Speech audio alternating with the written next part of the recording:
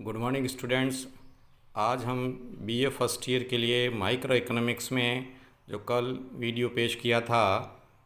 Modern theory of distribution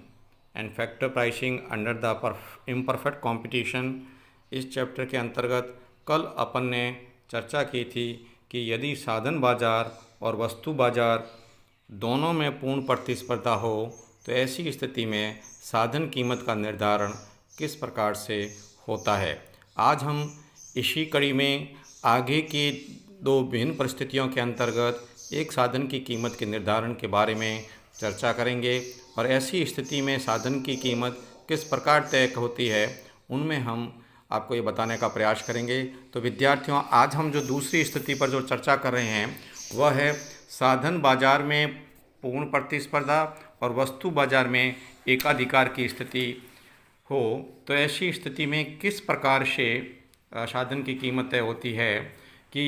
firm के लिए संतुलन की स्थिति में साधन की कीमत साधन की सीमांत आय उत्पत्ति अर्थात प्राइस ऑफ ए बराबर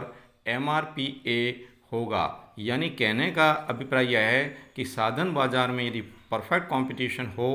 और वस्तु बाजार में एकाधिकार हो तो ऐसी स्थिति में फर्म का संतुलन वहाँ होगा और साधन की कीमत जब साधन की सीमांत आय उत्पत्ति यानी MRP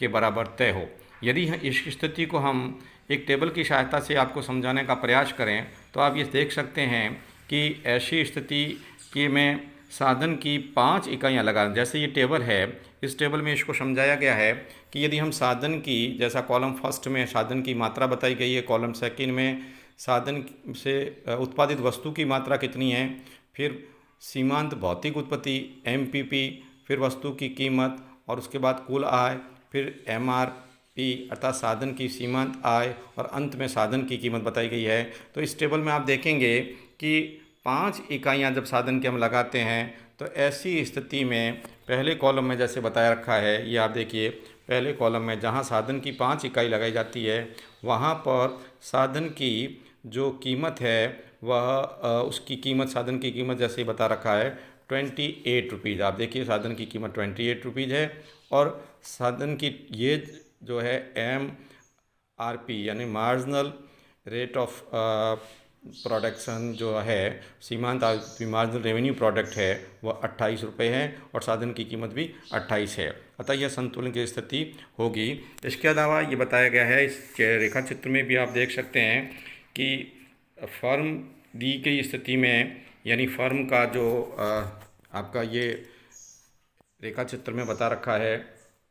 कि साधन की मात्रा को हमने x अक्ष पर दर्शाया और साधन के मूल्य को y अक्ष पर दर्शाया और ऐसी स्थिति में जो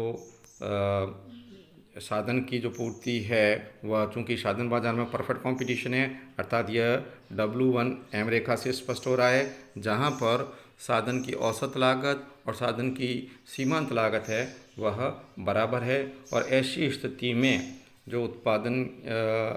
जो मजदूरी की दर OW1 है या साधन का मूल्य OW1 है और ऐसी स्थिति में ई बिंदु के अनुसार OL1 साधन लगाया जाएगा। यदि किसी कारणवश बढ़कर W1 हो जाती है तो ऐसी स्थिति में साधन की लगाई जाने वाली मात्रा है वह OL के बराबर होगी। तो यह साधारण बाजार में पूर्ण प्रतिस्पर्धा और वस्तु बाजार में एकाधिकार के आधार पर ये बताया गया है और यह रेखा है वह MRP और यह रेखा जो है वह साधन की पूर्ति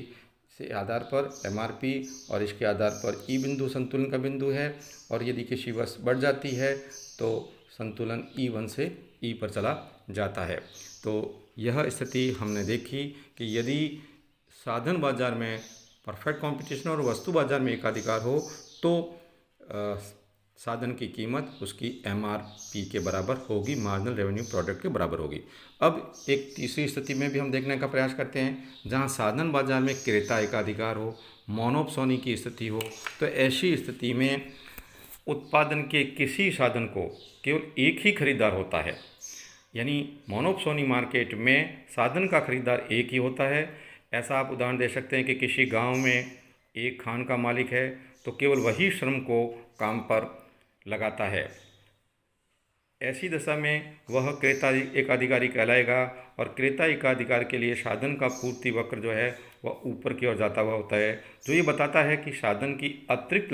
इकाई लगाने के लिए उसे साधन से पहले से ऊंची कीमत देनी होती है, यानी ऊपर की ओर उठता हुआ, जैसा कि इस रेखा चित्र में बताया गया है। आप ये देख सकते हैं इस रेखा चित्र में साधन की मात्रा दर्शा रखी है, यहाँ साधन की कीमत दर्शा रखी है, और ये साधन का पूर्ति वक्र जो बताता है ऊपर की ओर उठता हुआ, जो बताता है कि यदि साधन की अतिरिक्त मात्रा लगानी हो तो उस क्रेताधिकारी को है वो अधिक कीमत देनी पड़ेगी। परिणाम स्वरूप साधन की सीमांत लागत यानी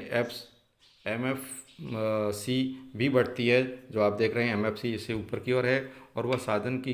कीमत से अधिक होती है। कहने का मतलब है कि साधन की सीमांत लागत है वो बढ़ती है और वह साधन की कीमत से अधिक होती है। ऐसी दशा में साधन का सीमांत लागत वक्र साधन के पूर्ति वक्र से ऊपर की तरफ है। आप देख सकते हैं साधन का ये तो है पूर्ति वक्र और ये है सीमांत लागत वक्र। तो सीमांत लागत वक्र है वो इससे ऊपर की ओर होता है मोनोप्सोनी मार्केट में, साधन बाजार में स्थिति के अंतर्गत।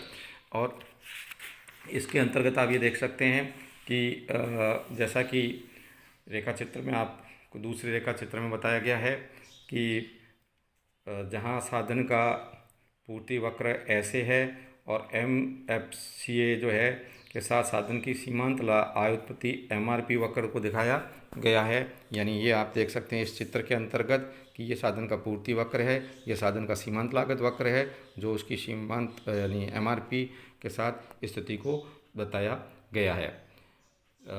इस ये देख रहे हैं आपकी MRP है वह ये MRP है MFCA को यानी औसत लागत सीमांत लागत वक्र को ई बिंदु पर काटती है और क्रेता एकाधिकारी साधन की OQ मात्रा का उपयोग करता है। कितनी साधन की मात्रा का उपयोग करता है? OQ मात्रा का उपयोग करता है। संतुलन की यह स्थिति वस्तु बाजार में मार्जिनल रेवेन्यू और मार्जिनल कॉस्ट की स्थिति से मिलती जुलती है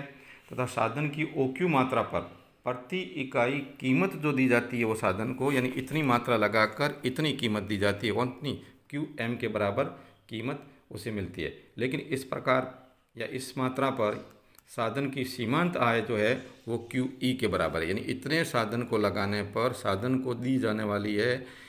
MQ, जबकि साधन की सीमांत लागत है वह QE के बराबर होती है। इसी मात्रा पर साधन की सीमांत लागत QE है। और आप यदि देखेंगे तो ये जो स्थिति है QE माइनस QM बराबर EM जो है वह साधन का प्रति इकाई क्रेता एकाधिकारी द्वारा किया जाने वाला शोषण है, यानी इतना देता है इतना उसे पाता है, अर्थात EM के बराबर इस एरिया के बराबर साधन का आप शोषण मान सकते हैं। इस प्रकार आपको विद्यार्थियों इन तीनों बाजारों की स्थिति के अंतर्गत बताया कि जहां वस्तु बाजार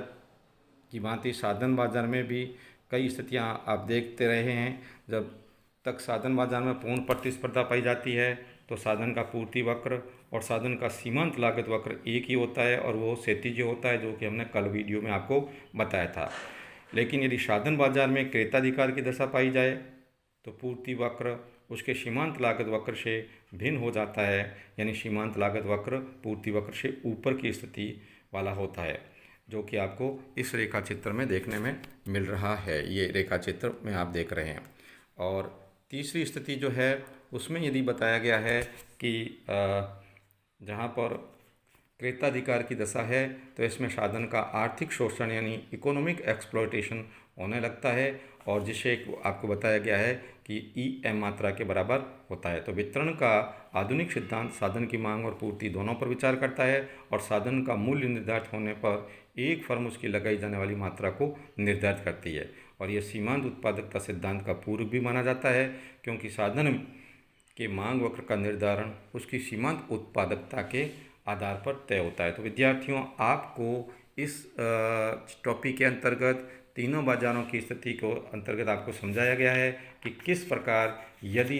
दोनों बाजारों में वस्तु बाजार में और साधन बाजार में पूर्ण प्रतिस्पर्धा होती है तो ऐसी स्थिति में साधन की कीमत कितनी होगी। दूसरी स्थिति बताई कि साधन बाजार में पूर्ण प्रतियोगिता है लेकिन वस्तु बाजार में एकाधिकार है, तो ऐसी स्थिति में क्या दशा बनेगी। जहाँ साधन की जो मजदूरी है वहाँ एमआरपी के बराबर तय होती है, या साधन की कीमत है वो एमआरपी के बराबर तय होती है। और तीसरी दशा में आपको बताया गया है कि साधन बाजार में क्रेताधिकार होता है। तो ऐसी स्थिति में वह कई बार